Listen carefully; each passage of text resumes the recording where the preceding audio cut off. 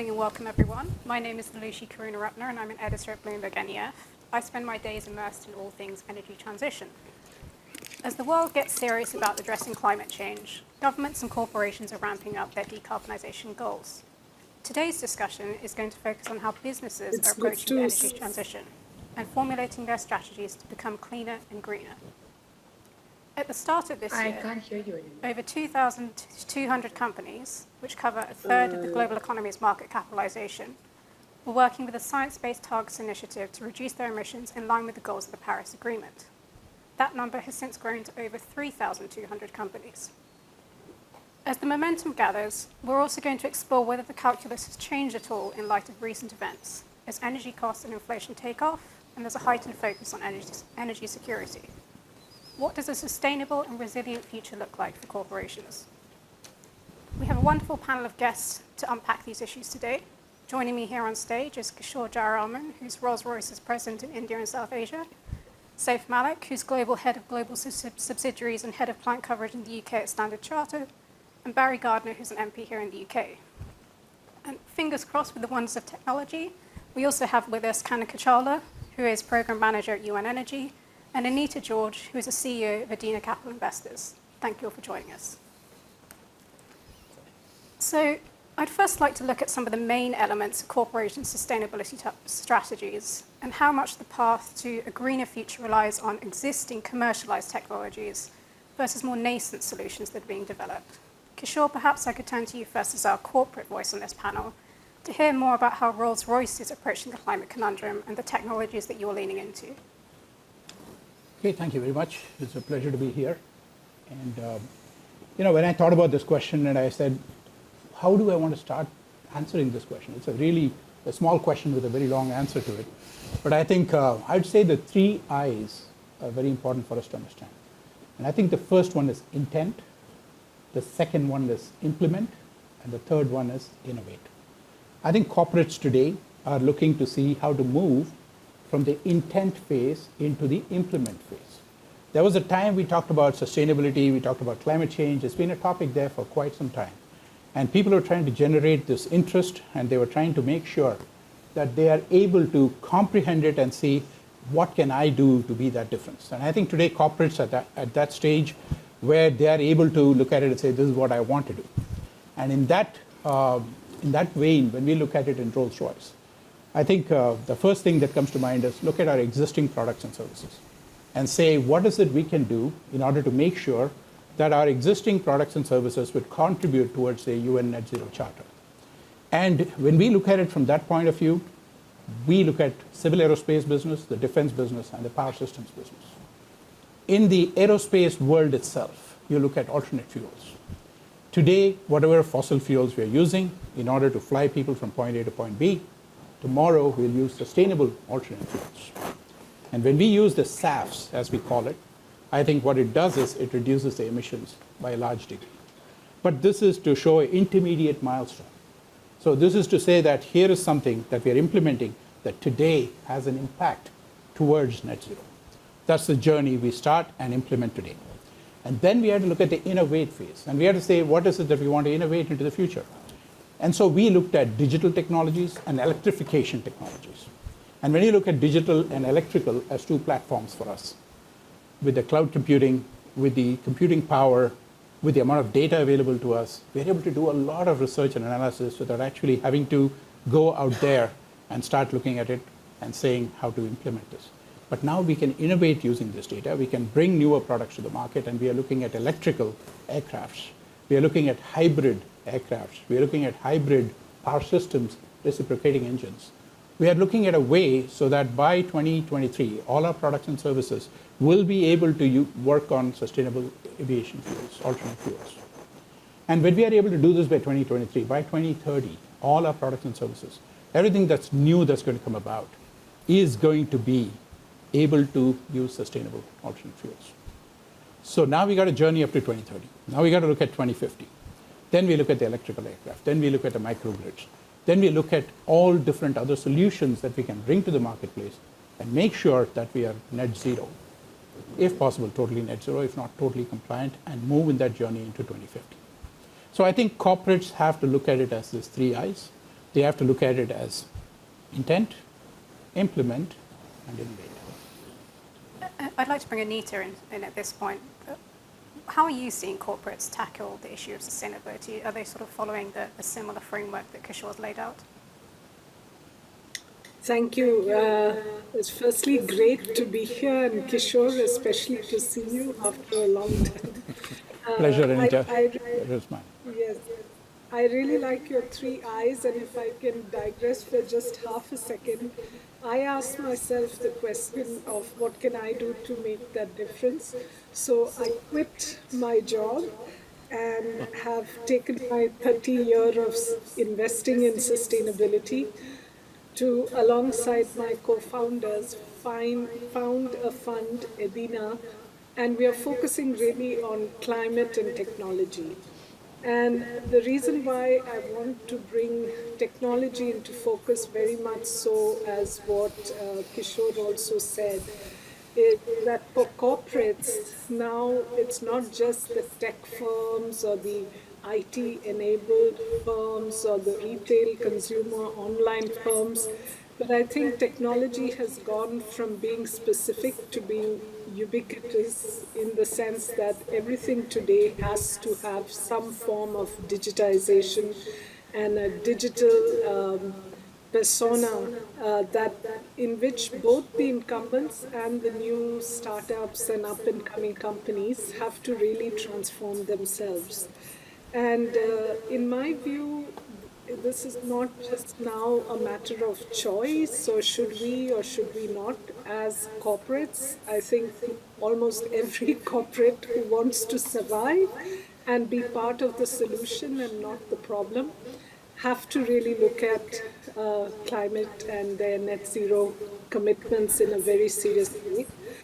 We are today entering an era of disruptions. We have huge macro disruptions with inflation. People talked about temporary inflation. It's here to stay. We are in disrupted supply chains. We have acute shortages of semiconductors during a time when the use of semiconductors is increasing dramatically in almost every product that we have, and positive disruptions such as cloud computing and software as a service. And the most important disruptor, of course, is the impact of climate. So whether you're a financial institution, whether you're a long-term institution or more serving short-term needs, you cannot ignore climate. And I think what defines it, as Kishore said, is, I would add another layer, Kishore, which is leadership. Leadership for corporates going from being reactive to being responsible. And I really would like to underscore that those leaders who stop sort of juxtaposing climate and sustainability versus profitability, but really start thinking in terms of the two going hand in hand, and in fact, one not being able to happen without the other, are the corporates who will survive and who will excel, is what I would say. And I'm seeing a lot among even the most, I would say, corporates who've been in denial, now coming around and saying, we need to do something, we need to change. Saif, if I could just bring you in on that point. Are you seeing that sort of leadership out there and that acknowledgement that sustainability and profitability are both achievable at the same time? Well, I think, so first of all, thank you very much, and it's great to be here and great to be amongst a wonderful panel. I have to say, both Anita and Kishore have really summed it up well, but on that point, I think there's no doubt about it. Sustainability has now taken probably the top 3 priority slots on every corporate. I know from a financial sector perspective, it is one of the key goals that, or aspirations that we're all striving towards. For us at Standard Chartered, this is really a huge agenda, and just like us, I think it's safe to say that it's got into the boardrooms, it's got into shareholder meetings in terms of what are your sustainability plans and how are you going to drive it. And the reality now for the next, at least I would say next few years is how do we go about putting a plan together, and then how do we measure it? Because I think we're all coming out and we all want to be very transparent about it, but there will be different measures. And I think that's where there will be some convergence in terms of how we do that. But if I could, for a second, just follow on what Kishore and Anita talked about in terms of technologies. I think absolutely technology is an enabler, but it can also be a blocker, because today all corporates have to continue to operate, right? You have to continue to operate in the ways and means that you have been to get to a point where you want to go.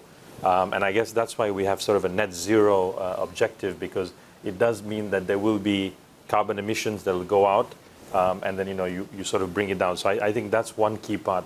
And I think financing is going to be a key enabler to get this moving. Last year in 2021, we did we sort of did some research. I think there was for sustainably financed products, there was financing that was raised up to the point of $4 trillion. That's the first time that's ever happened. So I think that's the way forward. We are seeing the seriousness that is coming to fore. We are working with clients across the spectrum, raising green bonds that have been cleared by the green financing framework, where our clients are putting together seagoing vessels that will work on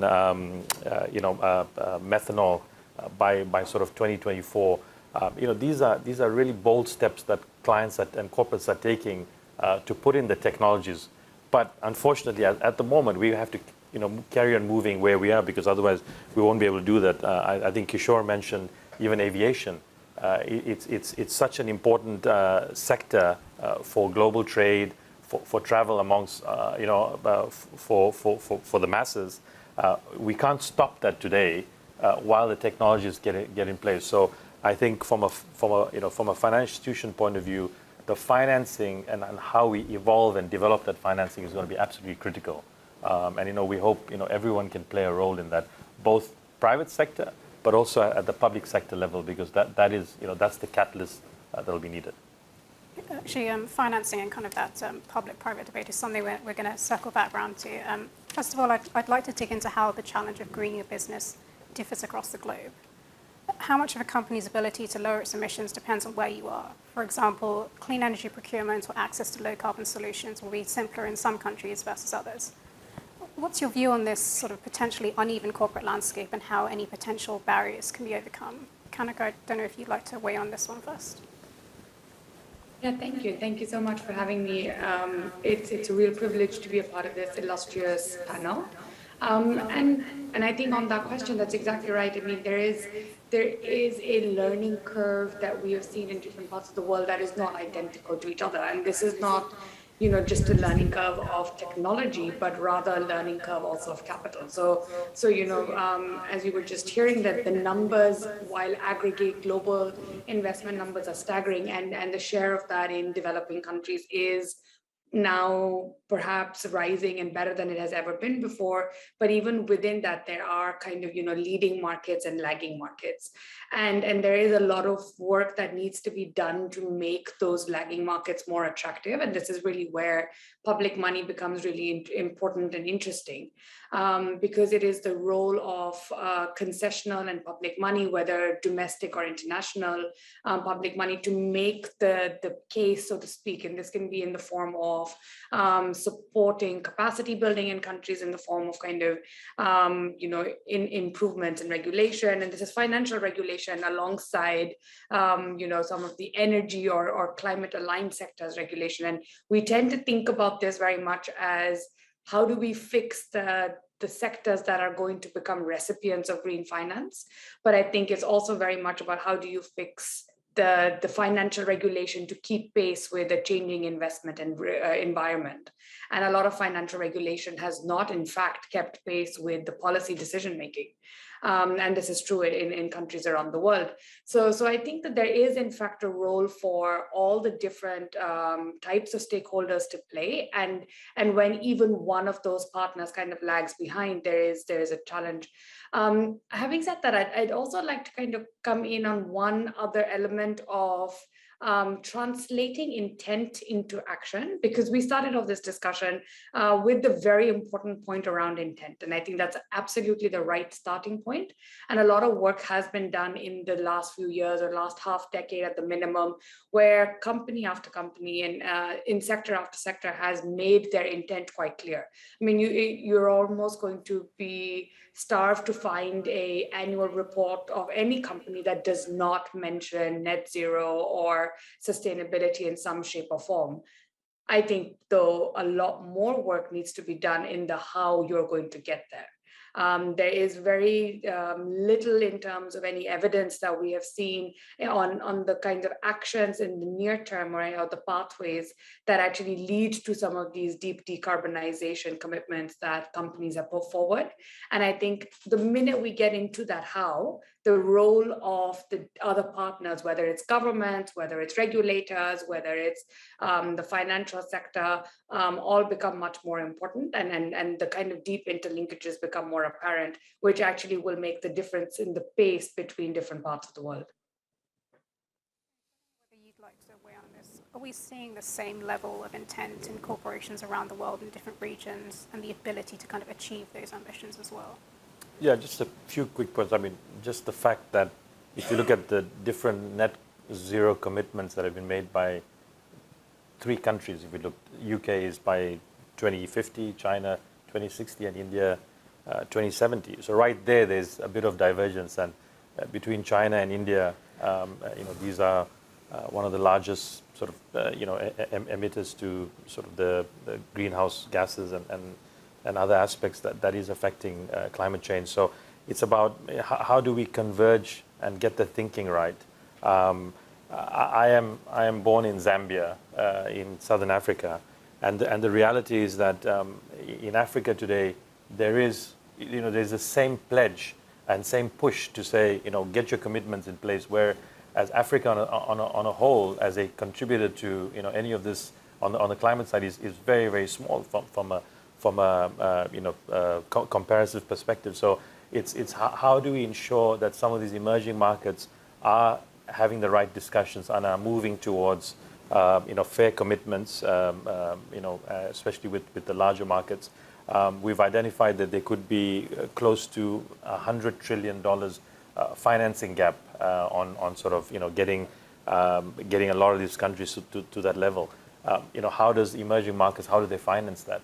And so I think there is this big gap that's opening up, and we have to see how to do that. I mean, we talked about in terms of the different markets, but I think unfortunately the issue of climate change doesn't look at boardrooms or borders or competition. It's going to affect everyone. And therefore, it's important that the where matters at least as much as how much financing that comes in. I think there's an example here that I've got that if you finance a solar project in India, it can help avoid more than 7 times the CO2 emissions, as opposed to financing the similar size project in France. So it's these types of bold steps that we have to look at. And I think India, and this week is a good showcase of that, is that India does provide a lot of these opportunities to get into this, many of these projects to help drive this. So that's, I would see a lot of focus around that to say, how do we fix some of the disparities, especially with the emerging markets trying to catch up. I'm going to shift gears slightly and look at the idea of the energy trilemma that's once again come to the forefront in recent months, with the discussion of how governments can balance addressing energy prices, security of supply, and climate goals. Do corporations face this same trilemma when it comes to shifting away from fossil fuels, and how is it impacting their transition strategies? Barry, perhaps you could answer this one first. I know you've been waiting very patiently. Yeah, look, I'm thrilled to be here. I left the city 25 years ago, and my company behind. And we're supposed in politics to be the people who are not the realists. Boy, SAF. Okay, Kishore? What did President Biden come out with the other day?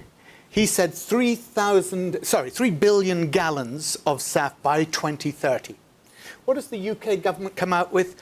10% of flights didn't say whether it was domestic or international or both, 10% of flights powered by SAF by 2030. SAF is not doing it. It's not cutting it. And industry needs to be realistic about this. And I applaud what you said. In fact, you said, what was it? I wrote it down. Intend, implement, innovate. In 2004, when I was doing trade and industry, it was think, create, innovate. Totally agree with you. That innovation has to happen, but it's not actually a solution to the problem. And this session was predicated, and again, I wrote it down, on the phrase, as the world gets serious about addressing climate change. Did anybody read the IPCC report that came out last month?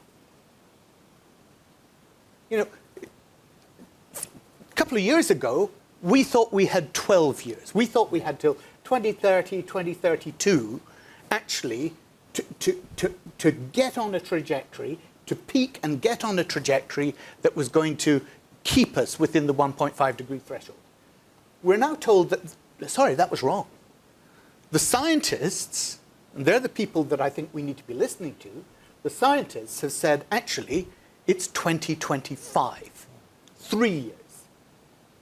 And we are talking about 2030 as our target for maybe 10% of our domestic fuel being SAF, and you're talking about moving thereafter to electrified aviation. This is how out of gear we actually are. So,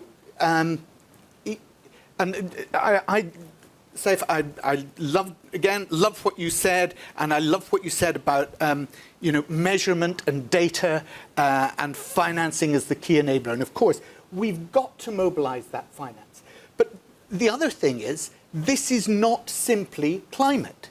We've got twin emergencies, twin crises here, and if we actually managed, Kishore, to get to the amount of SAF that President Biden and President, I use the word advisedly, Johnson have stipulated, do you know what would happen to the world's land use? Do you know what would happen to the agriculture? And do you know what would happen to the biodiversity crisis that would then follow? We could not source that SAF from UK and America. It would be sourced from all the countries that you're talking about in Africa, right? And do you remember what happened when we went down that biofuels, 14 years ago? And there were riots in the Sahel because they didn't have enough to feed themselves. So let's understand that the biological crisis, the biodiversity crisis, and the climate crisis go hand in hand, and what you do as a potential solution in one area is having a huge impact on the other. Okay? So I just, that's my Vesuvius for the morning, I guarantee, okay? If I could just, you mentioned two crises here, if I could throw a third crisis on there in terms of the geopolitical crisis sure. that's around right you now. want the trilemma. And yes, the impact on the energy landscape. I mean, you seem fairly pessimistic on kind of in terms of the action we've seen so far. Do you think the energy trilemma is therefore going to slow down our transition to net zero? Do you think it's going to kickstart a sense of urgency? What's your take on that? Politicians are just about as short-term in their thinking as bankers are, right? We'll sit next to each other. Yeah, indeed. Safe. I totally agree with you. And, 3 years, hey, that's about our limit. That's a long time, both in politics and in finance, okay? And we want to see the returns. So you want to see the returns, we want to see the votes. It's our returns. So, of course, we focus on the immediate problem that the world has faced, the precipitation that has been Ukraine and Russian invasion of Ukraine. It's not short term. There's going to be an energy crunch for the next 10 to 15 years as a result of this. But my sense is, how do we then respond to it? Do we respond to it as a crisis which basically the poor of the world pay for, or do we respond to it by mobilizing the capital to actually turbocharge what we're doing in terms of renewables, in terms of alternative technologies, in terms of the way in which we're coping with it? And then I would say, look at what we did with COVID. Yeah. We mobilized finance. We mobilized more finance over COVID. And you remember the Prime Minister from Barbados stood up at the beginning of COP26 and she said, "You're just all bloody liars." She didn't say that. That's me that said that. She said, "You promised us 100 billion a year," right? 100 billion a year is what you promised us. And yet you spent 9 trillion over the COVID crisis in quantitative easing. How come you can do it for yourselves, but you can't do it to fulfill the promise that you made to the rest of the world, to actually properly address the climate challenge? And she was right. It was just one of those incredibly powerful speeches, and everybody just stood there and thought, yeah, you can't answer that. So it's about how we respond to the challenge, and the response that we make has to be to turbocharge that finance that Saif was talking about, and make sure that private capital is going in there. But it does depend on data, it does depend on certification, and it does depend on government setting the regulatory framework through disclosure, TCFD that Michael and Bloomberg have been so instrumental in putting in place. Absolutely fantastic, the TCFD. And the UK government, I think, has been absolutely right. And the Indian government should be doing the same. It should be mandatory. It should be a mandatory part of the boardroom, not just relying on directors saying, "Oh, yeah, you know, people, our shareholders want to see us, you know, doing a bit on sustainability, so we'll stick it into our annual report." That is not the solution. So on the one hand, you need that disclosure to be mandatory, and on the other hand, you need active shareholders through things like the TPI, the Transition Pathway Initiative, that's now got over 50 trillion capital under management, using its shareholder clout to make sure that it's not just greenwashing in the annual report, but it's really direct action focused on in the boardroom. We're going to bring in what the other stakeholders can do with this next question. I'd argue that some companies are taking concrete steps to become greener, and others are perhaps dragging their feet a little more. I'd like to get your take on how much the onus is on companies to take the initiative to decarbonize versus the role of other pressure points, such as government policy or investors calling for action. What more would you like to see from these different stakeholders? Kanika, I don't know whether you'd like to start here. Yeah, thank you. It's hard to follow that, although I do echo much of the kind of call to action in a way. It is, you know, it's often nice to kind of identify what we've got right. And there's no doubt that we've got a few different things right and a few different big things right. But I do agree and echo that we are running out of time. And so this cannot be just a do it out of the goodness of your heart kind of drive or driven action, right? And I think Anita said this right at the top. It is no longer just something you should do out of the goodness of your heart. Most companies are going to have to do this because it's good economics. However, that being said, the ongoing crisis that we're seeing, I mean, there was an inflationary pressure on energy prices for quite some time already. Amount of fiscal room for governments to kind of, you know, underwrite some of that end consumer impact of higher prices had also gone down because of because so much money has gone into the public health response. And now with the ongoing crisis, we are relitigating energy security and what that means. And so we are bringing out of history things that we had committed to consigning to history. But having said all of that, I still think that the drivers are no longer just for climate or environmental and emission reasons, but just because sustainable practices are good economics. We are seeing in sector after sector, but a really clear one is just the use of coal, for instance. It is bad economics to invest in coal anywhere in the world now. And while there may be other pressures that are leading to coal coming out of history in some ways, with retired plants being perhaps reconsidered and their lives being,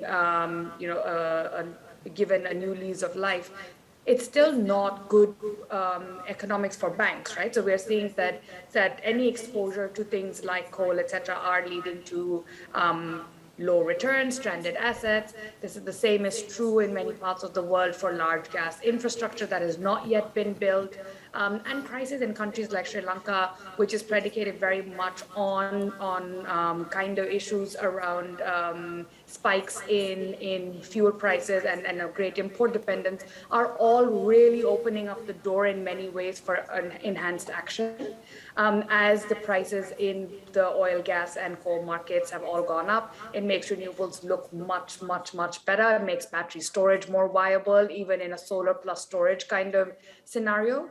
But having said that, doing more renewables is this kind of catch-all phrase that doesn't really necessarily translate into action on the ground because of the ongoing crisis, there are supply chain disruptions in the renewable supply chain. So even if I wanted to do more renewables, I wouldn't possibly physically be able to do that.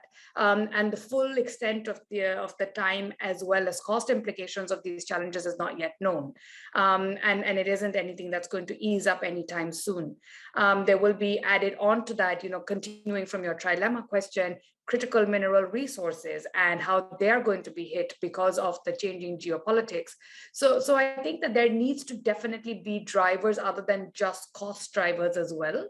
And this is again going back to the outlook, the way Anita described it, is that if you're not myopic about your investment decision making or your corporate decision making or your policy decision making, that it is actually the returns are going to be higher, even when you kind of break it down into 3 or 5 year return cycles, because you're just, and I think that this is really where we can also learn from COVID, is because we need to communicate better, communicate to whatever is the community that we communicate to, whether it's our boardroom members, whether it's the electorate, whether it's the people who you're investing for. But really climate change is a poll topic, is an investment decision topic, is the topic of boardrooms, is the topic of returns. We just didn't communicate it well enough.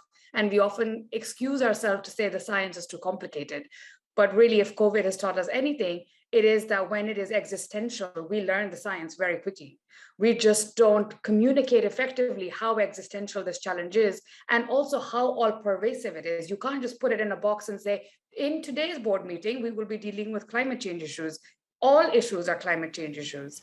All protests on the street are climate change protests. It is not just the Fridays of the Future protest, but a heat stress or a farmer protest anywhere in the world is actually a climate protest. And I think that it is really our role, and that's why conversations like the one we're having today are so important, because it helps us bridge those gaps and connect those dots. So I really think that this is, it's not something we can be relitigating, that whose role is it? It's everyone's role, and it's all around us. Which often is also a way to kind of shrug it off and say, it's not just me, why should I be the only one responsible? But I really think that this is a matter of existence. I mean, this is existential now. So it is really up to us to make sure that our businesses, our politics, our investments survive the test of time. We are running close to time, so Saif, I'd like to just quickly bring you in, because you are steeped in the world of finance. What more does the financial sector and investors need to do to encourage, incentivize corporations to decarbonize? I think there's a lot that we need to do. I think the reality is that just private finance is not going to drive this this huge revolution that needs to take place. And I think Barry very eloquently put the problem statement that we have, and it's going to be a partnership between public, private, everyone, the rich countries. I think the reality is that emerging markets today are not even able to raise sufficient funding for normal infrastructure, let alone trying to get to a sort of net zero level, even in 10, 20, 30 years. So we're looking at various options. The U.S. is still the largest investor of bonds, and we're seeing on the green bonds that are being issued, they're still the largest investors. Is how do we bring some of that capital into not just the developed world, but into the developing world? How do you work with large multilateral institutions, the World Bank, IMF, Asian Development Bank, African Development Bank, to create what we call blended finance that allows some risk mitigation for different financial institutions to come in and provide that. So I think it's a very tough one. I mean, it's the reality here is that we are driving the agenda, but I don't think it's being driven as hard as we should be doing. And I think it's a wake-up call, which I thought from the last COP. I mean, the commitments and the urgency that the world came out with was very deliberate, but that needs to continue forever. She shouldn't just stop with the wave. Barry wants to jump in. You look like you want to say something here. Yeah, I do, and it's absolutely in addition to what Saif has said, not contradictory. And that is that governments are beginning to wake up to the whole process of natural capital accounting. We've seen the Dasgupta review. The UN has now finally come out with the system of environmental economic accounting. And this is the way in which governments are beginning to think of putting on the balance sheet those things which have previously been externalities. That is something I believe that companies and industries and the whole financial sector needs to take on board. Yeah. It's also the examination of subsidies at a government level. We cannot any longer go on subsidizing those things which are polluting our planet. That has to stop. And yet companies, of course, naturally will want to take advantage of any subsidies that are available. And cutting subsidies is a politically unpopular thing to do. But if we're actually going to get an accounting system, a financial framework that is dealing with realities rather than the world as we might like it to accommodate itself to us, then we need to be exterminating those subsidies and making sure that we're accounting for those externalities and giving them a value. Okay. I think we've covered a fair amount of ground today. I'd like to end with just a very quick fire round. If you were to grade the overall corporate world's progress on setting out credible decarbonisation strategies, giving them a grade from A to F, what would you give them? Anita, let's start with you. That's a tough one. I think there are some A's in the bunch and some F's and a whole bunch in between. I just want to reiterate Barry's point and say, let's introduce carbon pricing. Kanika, how about you? A to F, how do you rate them?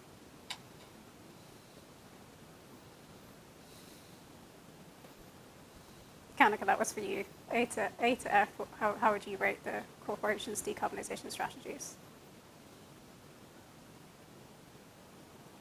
We may have lost it. Yes, if you wouldn't mind, how would you rate them? Yeah, no, I mean, I agree. I think there are some A's and some F's and quite a lot of C and D's. But I'm also a +1 on the market-based mechanisms that can help drive action, and carbon markets being a really important one, that can also funnel money from where it sits now to where it needs to go. So I think that would be a really good way to create new markets as well. Barry, how about you? I'm an optimist. Okay. So F4. I'm just an optimist who can see no rational basis for his optimism. Okay, so I'd say it's F, E, maybe borderline D. At least you didn't say G. Well, yeah. Oh, God. An optimistic D. Okay, Saif, how about you? Well, I think there's, personally, I don't think there's any A's right now. There could be A for effort, but I think, we have a long way to go. So I would still be, sort of in the middle of the pack. I think effort, we're seeing a lot of good effort being made, but it's going to come around, how do you become accountable for it? How do you measure? So I think we still have some ways to go on that. Kishore, how about you? You're in the corporate world. How would you rate? Well, simply C. We are in the middle. I think their intent is gone to implement. Long way to go to innovate. Like Barry said, got to accelerate things. I think there's going to be side effects, collateral effects. So all those should be managed. But at the end of the day, as a corporate, I think we have to figure out, how to put out products and services that will sort of move ourselves into the sustainability regime. So I would give it a C. Okay, so I guess some people are going to have to retake the exam and a lot of others have a lot of studying to do. Sadly, that's all the time we have for today, so we're going to wrap up here. I'd like to thank our panelists and you in the audience for joining us today. Thank you. Next up, you're going to be hearing from COP26 President Alok Sharma in conversation with Bloomberg's John Freer. Thank you. Thank you. Okay, thank you. Thank you.